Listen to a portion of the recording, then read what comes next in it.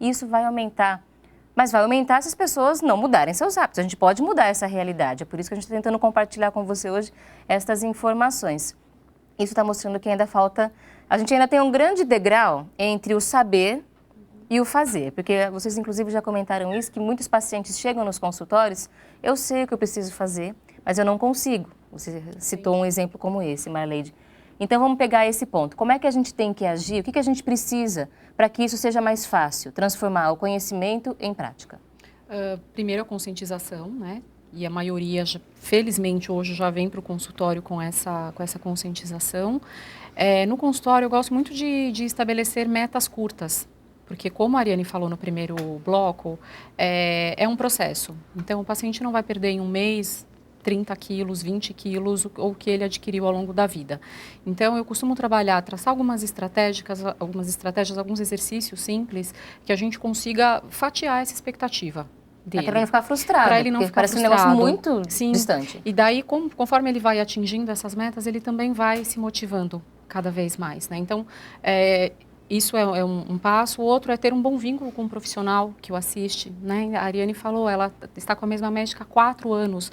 Então, ficar pulando de galho em galho, procurando aí o profissional, que é o profissional da moda, ou pegando a dica do colega, não é legal. Então, se vincular de uma maneira adequada com o profissional que assiste. Você sinta confiança, se sinta à vontade para abrir realmente a situação. É muito favorecedor para que o processo todo dê certo, né? Do ponto de vista da medicina, a gente imagina que seja um desafio, porque assim como as pesquisas estão mostrando cada vez mais o impacto da obesidade, os médicos vão correndo atrás de como lidar com aquilo, de como tratar. Inclusive, o senhor participou recentemente de um congresso mundial tratando de obesidade. O que se tem em mente de que sejam alternativas para combater a obesidade? Olha, vou acabar frustrando todo mundo e imaginar que, ao dizer que existe um milagre, isso não existe, né? Mas cada vez mais os pesquisadores têm demonstrado que a receita da vovó é a melhor. É isso que a ciência tem mostrado. O que é a receita da vovó? Se você não comer alimento muito processado, como o caso dos fast foods, as frituras, os hambúrgueres, os embutidos, etc., e optar por verduras, saladas, mesmo um arrozinho, que você não vai colocar muito óleo para fazer, né? O nutricionista comentou ali o tipo de óleo que vem sendo utilizado, que faz mal, que mantém o corpo inflamado. E manter o corpo inflamado, o que ele quis dizer é que você vai ter mais entupimento da artéria, mais risco de infarto, de derrame, porque a aterosclerose, que é o entupimento das artérias por dentro, né, pelas plaquinhas de gordura, nada mais são do que um processo inflamatório. E essa inflamação, esse é um dado recente desse último congresso, mas um trabalho feito em ratos, tá? Mostra que, dependendo do tipo de gordura que a gente come, gorduras animais e gorduras vegetais quentes, essas que vão para as frituras, elas fazem com que no nosso cérebro, mais especificamente no hipotálamo, onde a gente tem a chavinha da fome e da saciedade, essas gorduras tendem nesses ratinhos a fazer com que o centro da saciedade perca sua função. Ou seja, nesses bichinhos de laboratório, quanto mais gorduras saturadas, é esse o nome dessas gorduras que eu estou falando, eles ingeriam, mais eles comiam. Quer dizer, o centro da fome ficava ligado mais tempo no cérebro e o centro da saciedade, aquele que deveria estar encarregado de mandar o bichinho parar de comer, fica sem função. E reforça a condição da compulsão alimentar, né? Exatamente, as coisas se juntam aí. É claro que rato é uma coisa, ser humano é outra. Por isso que nós temos que interpretar esses dados que são muito recentes com muita cautela. Mas é o que temos para hoje. A gente não tem ainda como trabalhar com o ser humano, tirar o hipotálamo, o cérebro dele, para fazer esse tipo de pesquisa. Mas tudo indica que para o ser humano pode ser a mesma coisa. Aí vai uma dica interessante, que mudou a minha maneira de trabalhar. Há uns anos atrás, eu dizia para os pacientes, olha, se você comer menos do que você gasta, você vai acabar perdendo energia, perdendo calorias. Se as calorias estão depositadas na gordura, você vai emagrecer, você vai diminuir gordura. Hoje, eu não simplesmente falo dessa questão matemática. Eu comento com eles que ele tem que tomar cuidado com o que vai comer. Porque esse tipo de gordura, fazendo um paralelo com esse trabalho dos ratinhos, a gordura saturada, se ele consumir em excesso, ele vai começar a comer desenfreadamente. E isso vai atrapalhar no processo de emagrecimento, que é o assunto hoje aqui, é o que nós estamos tentando vencer. E a gente vê que é a realidade. Ninguém tem compulsão alimentar ou vai descontar suas emoções em salada, em alface, ou não só falando assim, mas comidas muito saudáveis. Geralmente são comidas muito gordurosas, cheias de açúcar, o que mostra que realmente essa pesquisa já tem um fundo de verdade, a gente percebe isso na nossa vida. Por isso, a importância de se conhecer. Então, acho que para encerrar o programa hoje, nesses minutos finais, Marleide, a importância da gente identificar os comportamentos de risco. Eu sei que quando eu estou na TPM eu como mais, eu sei que quando eu estou ansiosa eu como mais, eu estou percebendo que meu corpo está mudando. Esse conhecer a sua vida, o seu corpo, os seus hábitos é um passo importante para conseguir vencer a obesidade e a compulsão. Super importante, né? E não só para a obesidade e compulsão, mas acho que para tudo, né? Na vida. E eu costumo brincar com os meus pacientes, né? Da mesma maneira em que vamos ao cardiologista, ao clínico geral, as mulheres ao ginecologista para os nossos exames de rotina, nós também precisamos de ajuda especializada, né? De profissionais que cuidem da nossa saúde emocional.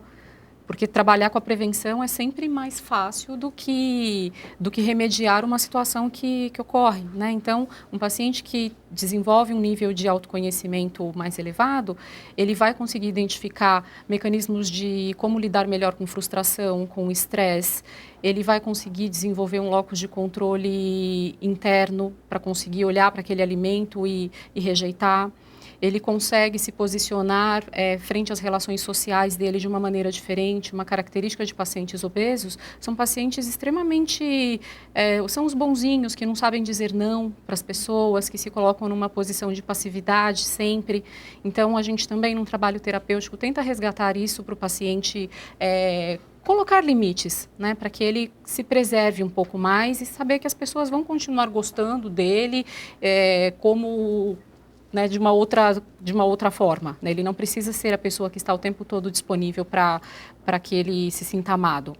E aí a gente vê... Pois não. Tem um aspecto muito interessante e que vale a pena ser destacado aqui no programa, é que o paciente obeso ele é injustamente discriminado. Sim. Aquela cultura lá de trás de que a pessoa está obesa, está gorda porque come muito, porque é relaxado, porque não quer fazer ginástica, ela tem que cair por terra. A Marleide mesmo já comentou aqui uma coisa que é verdade, não só aqui no Brasil, nos Estados Unidos, mas no mundo todo. A obesidade é considerada doença, inclusive pela Organização Mundial de Saúde.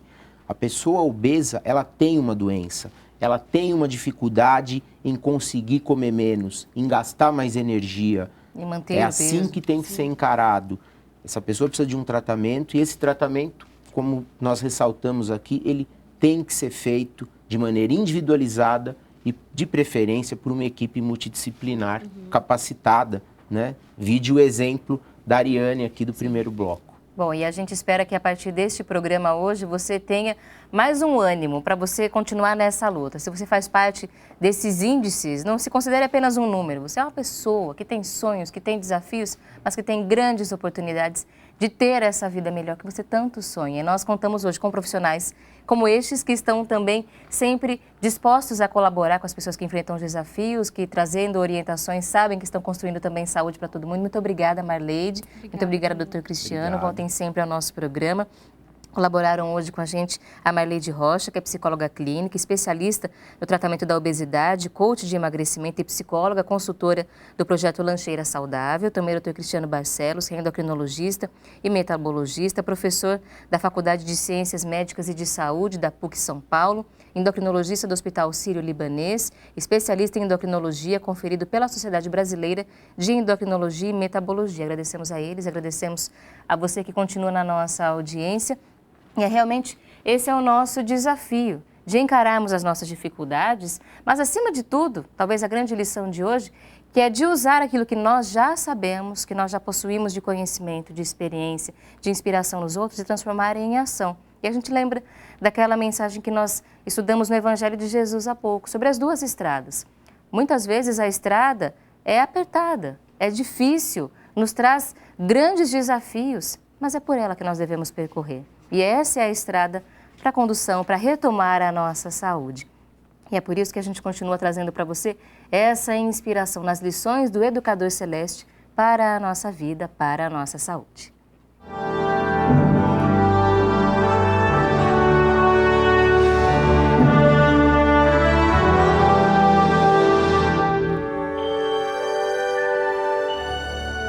Convidamos você agora ao estudo de uma página das diretrizes espirituais da religião de Deus, do Cristo e do Espírito Santo, no segundo volume.